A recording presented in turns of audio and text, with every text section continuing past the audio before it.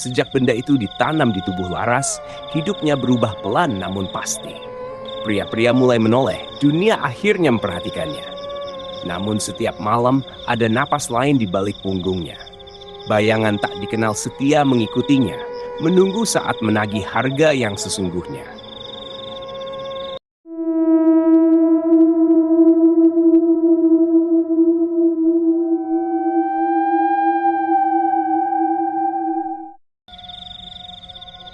Namanya Laras. Ia dikenal sebagai perempuan yang baik, terlalu baik bahkan. Senyumnya mudah muncul, tawanya ringan, tangannya selalu siap menolong siapapun yang butuh bantuan. Saat teman-temannya sibuk berdandan dan berlomba mencuri perhatian, Laras lebih sering sibuk merapikan rambut orang lain, membetulkan riasan, atau menenangkan hati yang patah karena seorang lelaki. Semua orang menyukainya sebagai teman, tak pernah lebih. Wajahnya tidak jelek, hanya saja biasa. Terlalu biasa untuk diingat. Tubuhnya tidak menarik perhatian, langkahnya terlalu sunyi untuk dilihat. Di tempat ramai, ia seperti bayangan yang sopan, hadir tanpa pernah benar-benar diperhatikan. Dan itulah yang paling menyakitkan. Bukan cemooh, bukan hinaan, tetapi ketidakadaan pandangan. Ia menyukai beberapa pria selama hidupnya, diam-diam dalam hati. Menyimpan rasa itu seperti menyimpan surat yang tak pernah dikirim. Namun tiap kali ia mencoba mendekat, respon mereka selalu sama. "Maaf ya, kamu baik banget, tapi kita temenan saja ya." Kalimat itu melekat seperti cat di kulitnya. Baik, tapi tidak diinginkan. Setiap malam saat semua sunyi, Laras berdiri di depan cermin kamar, memandangi pantulan yang tak juga berubah. Jemarinya menyentuh pipi, tulang rahang, lehernya sendiri. Ia bertanya dalam bisik pelan, "Apa yang kurang dariku?" Cermin tak menjawab. Sampai suatu hari, seorang perempuan baru datang ke tempat kerjanya. Namanya Ranti. Cantik dengan cara yang tidak berisik tetapi langsung terasa. Ada sesuatu dalam sorot matanya yang membuat orang ingin menoleh lagi. Ranti memperhatikan Laras lebih lama daripada orang lain. Tersenyum seolah tahu sebuah rahasia. "Kamu itu sebenarnya cantik," katanya. Hanya saja belum dibuka. "Dibuka bagaimana?" tanya Laras setengah tertawa. Ranti mendekat dan berbisik, hampir menyentuh telinganya. "Ada cara supaya dunia tidak bisa lagi memalingkan muka darimu." Nafas hangat itu membuat kulit Laras meremang, untuk alasan yang belum bisa ia mengerti. Dan untuk pertama kalinya, ia ingin mendengar lebih banyak. Sejak percakapan itu, bayangan kata-kata Ranti tidak pernah benar-benar pergi dari pikiran Laras. Belum dibuka. Dua kata sederhana itu menghantui sepanjang hari, seperti bisikan halus yang menempel di belakang telinga. Ia mulai memperhatikan Ranti dengan cara yang berbeda. Perempuan itu tidak hanya cantik, tetapi juga penuh misteri.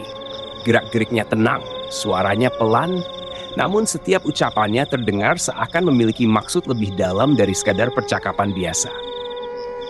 "Kamu percaya nggak?" kata Ranti suatu sore saat mereka duduk berdua di bangku belakang gedung, "kalau kecantikan itu bukan cuma soal wajah, tapi energi?" Laras menatap langit senja. "Aku ingin percaya, tapi dunia ini kejam pada yang tidak sempurna." Ranti tersenyum tipis. Dunia hanya melihat yang ditunjukkan padanya. Sejak hari itu, mereka mulai sering bertemu di luar pekerjaan, minum kopi di tempat sepi, berjalan di lorong-lorong pasar tradisional, atau sekadar duduk bersama dalam diam. Ranti tidak pernah buru-buru membicarakan hal yang sebelumnya, seolah menunggu Laras yang memintanya lebih dulu. Dan pada suatu malam, ketika hujan jatuh perlahan dan suasana kota seperti diselimuti kain basah, Laras akhirnya membuka suara. "Apa yang kamu maksud waktu itu?" tanyanya lirih. "Cara supaya aku tidak lagi diabaikan." Ranti menatapnya lama. Untuk pertama kalinya, tatapan itu terlihat gelap. Namun bukan menakutkan, lebih seperti panggilan. "Aku kenal seseorang," jawabnya. "Orang yang bisa membantumu bersinar, tapi kamu harus siap. Kalau kamu setengah-setengah, lebih baik tidak usah." "Kau bicara tentang apa?" "Sebuah jalan lama, jalan yang tidak tercatat, tapi selalu ada yang berjalan di dalamnya." Ia berhenti sejenak lalu melanjutkan dengan suara semakin pelan. "Dia seorang dukun, dan dia tahu tentang susuk." Kata itu membuat udara terasa berbeda. Laras pernah mendengarnya dalam bisikan orang-orang tua atau cerita yang dianggap tak masuk akal. Jarum halus ditanam di dalam tubuh untuk pesona, daya tarik, dan keberuntungan. Aku takut, gumam Laras, jujur. Takut itu wajar, jawab Ranti.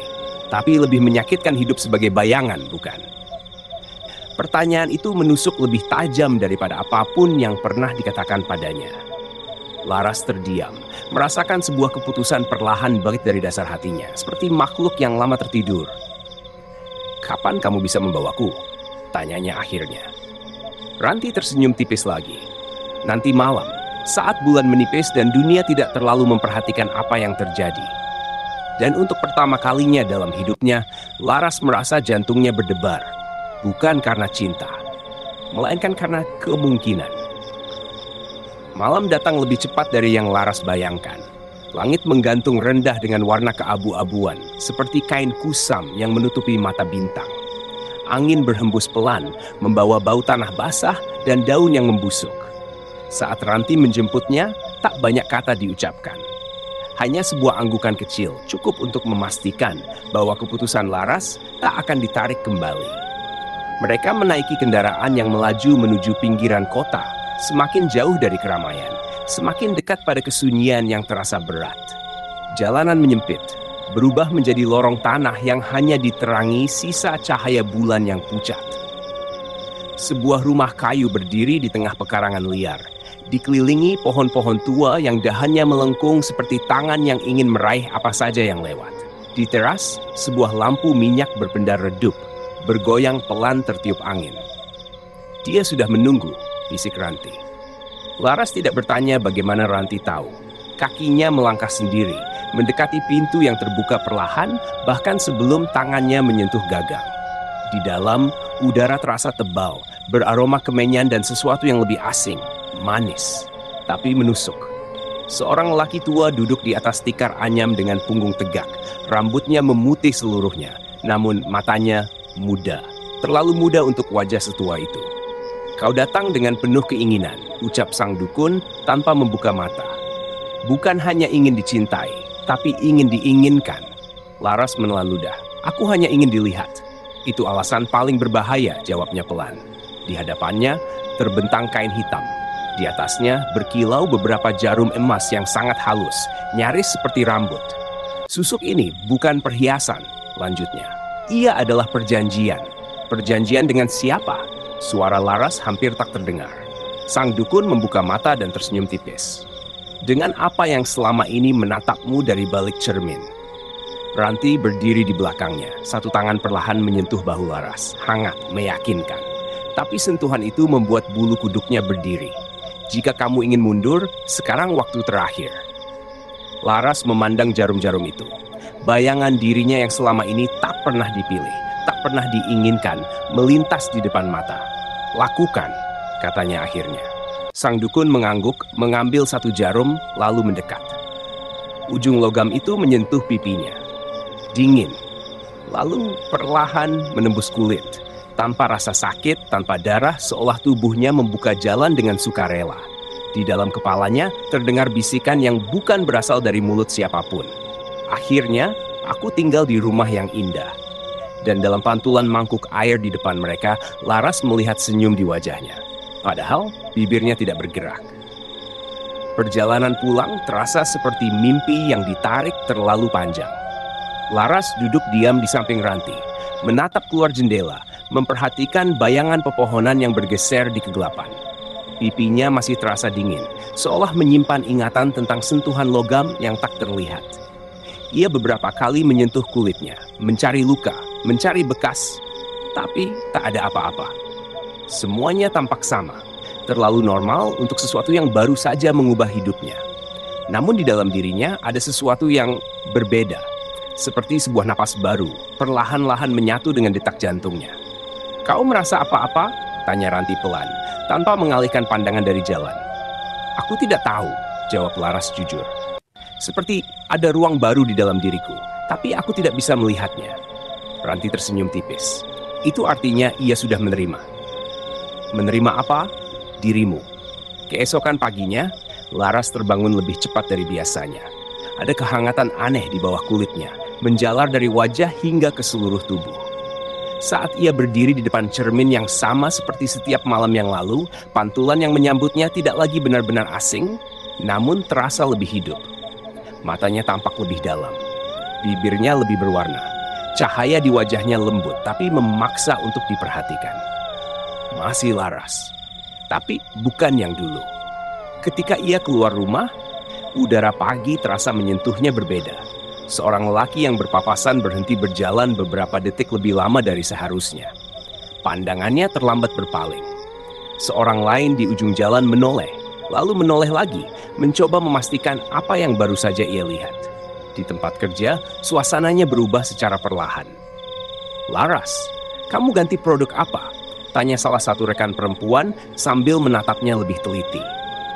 "Wajahmu bercahaya sekali hari ini." Beberapa pria yang biasanya hanya menyapanya sekilas kini mulai mencari alasan untuk mendekat. Menanyakan hal-hal kecil, menawarkan bantuan yang tak ia minta. Tatapan yang dulu melewatkannya kini diam lebih lama di tubuhnya, seolah mempelajari sesuatu yang baru ditemukan. Laras tersenyum, mencoba bersikap biasa. Namun di dalam dadanya muncul gelombang asing. Bukan hanya senang, tapi haus akan lebih banyak perhatian. Dan untuk sesaat yang sangat singkat, di balik suara tawa dan obrolan di sekelilingnya, ia mendengar bisikan itu lagi. "Bagus, sekarang biarkan mereka semakin dekat." Laras mengusap pipinya pelan. Jauh di bawah kulitnya, sesuatu terasa bergerak, seperti makhluk kecil yang baru terbangun dan mulai mengenali rumah barunya. Ia menatap sekeliling ruangan, lalu menyadari satu hal yang membuat napasnya tertahan. Bukan hanya mereka yang memandangnya. Ia pun mulai memandang mereka dengan cara yang berbeda. Bukan lagi ingin dicintai, melainkan ingin memiliki. Hari-hari Laras tak lagi berjalan seperti sebelumnya. Perhatian demi perhatian yang dulu ia impikan kini datang bertubi-tubi, namun tidak ada lagi rasa hangat di dalamnya. Yang ada hanya kegelisahan yang makin hari makin menggumpal, seperti awan hitam yang pelan-pelan menutup langit pikirannya. Ia mulai diteror oleh mimpi yang sama. Dalam mimpi itu, ia berdiri di ruangan penuh cermin. Setiap pantulan menunjukkan versi dirinya yang berbeda.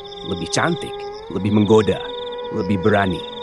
Namun di balik kecantikan itu, ada sesuatu yang salah. Matanya kosong seperti jendela rumah yang sudah lama ditinggalkan. Dan di setiap cermin ada sosok lelaki berdiri di belakangnya. Lelaki tanpa wajah, tanpa suara. Hanya tatapan kosong yang menempel pada punggungnya. Setiap kali ia terbangun, ada rasa dingin menjalar di pipinya, tepat di tempat susuk itu berada. "Aku ingin pergi," bisiknya suatu malam. Namun jawabannya selalu sama, bukan dari luar, melainkan dari dalam kepalanya. "Aku belum selesai denganmu." Sejak itu perubahan di sekitarnya tidak lagi menjadi anugerah, melainkan kutukan. Pria-pria yang mendekatinya mulai berlaku aneh. Ada yang terobsesi, ada yang bertingkah seperti orang kehilangan akal. Salah seorang pria bahkan datang ke rumahnya tengah malam, mengetuk pintu tanpa henti, menyebut namanya dengan suara parau, seperti orang yang sedang kerasukan. "Aku tahu kau ada di dalam aku," katanya di balik pintu. "Aku tahu kau mengendalikanku."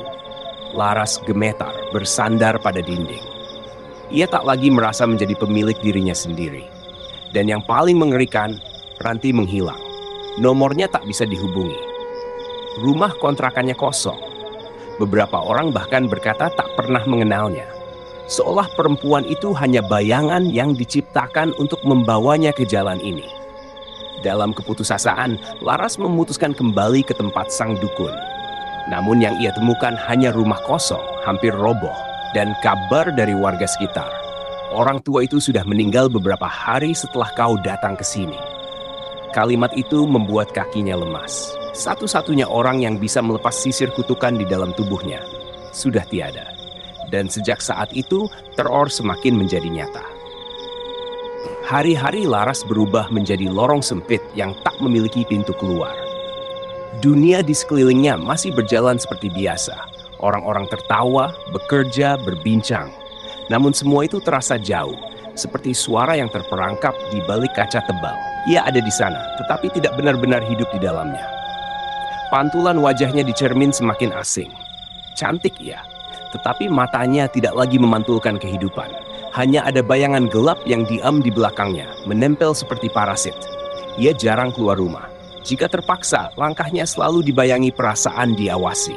Di jalan, di jendela toko, di pantulan kaca mobil, sosok itu selalu ada. Tidak jelas bentuknya. Namun Laras tahu, itu bukan bayangannya sendiri. Pada suatu sore yang basah oleh hujan tipis, Laras merasa pikirannya penuh, sesak, seperti ingin pecah. Ia mengambil motornya tanpa tujuan, hanya ingin pergi sejauh mungkin dari rumah, dari cermin, dari suara-suara di kepalanya. Jalan licin, lampu jalan memantul di aspal seperti garis panjang tak berujung. Dan di tengah keheningan itu, suara yang selama ini tinggal di dalam dirinya mulai terdengar lebih jelas dari sebelumnya. Kalau tubuhmu menolak dunia, maka biar dunia yang melepaskanmu.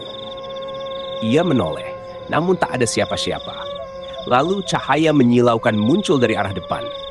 Bunyi klakson panjang, suara rem menjerit, kemudian benturan keras yang membuat segalanya hancur menjadi gelap.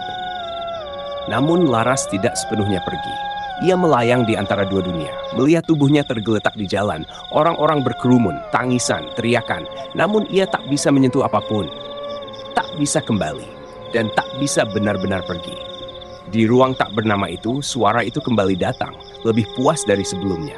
Mereka tidak bisa memilikimu lagi. Sekarang kau milikku. Tubuh Laras dibawa pulang, namun napasnya masih ada. Lemah, tetapi bertahan. Dalam keputusasaan, keluarganya memanggil seorang kiai kampung yang dikenal sederhana, namun berilmu bersih. Lelaki tua itu duduk di samping Laras dan mengamati wajahnya dengan tenang. Bukan ajal yang menahannya, ucapnya. Ada sesuatu yang mengikat jiwanya di dunia ini.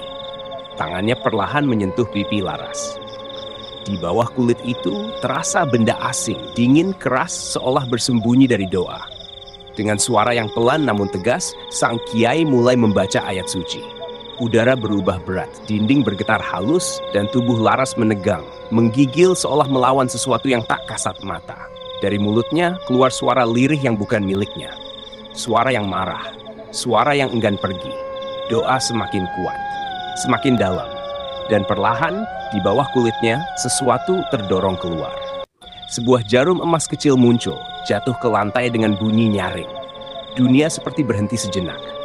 Lalu Laras menarik napas panjang, napas pertama yang benar-benar miliknya. Air mata jatuh dari sudut matanya. Ia kembali.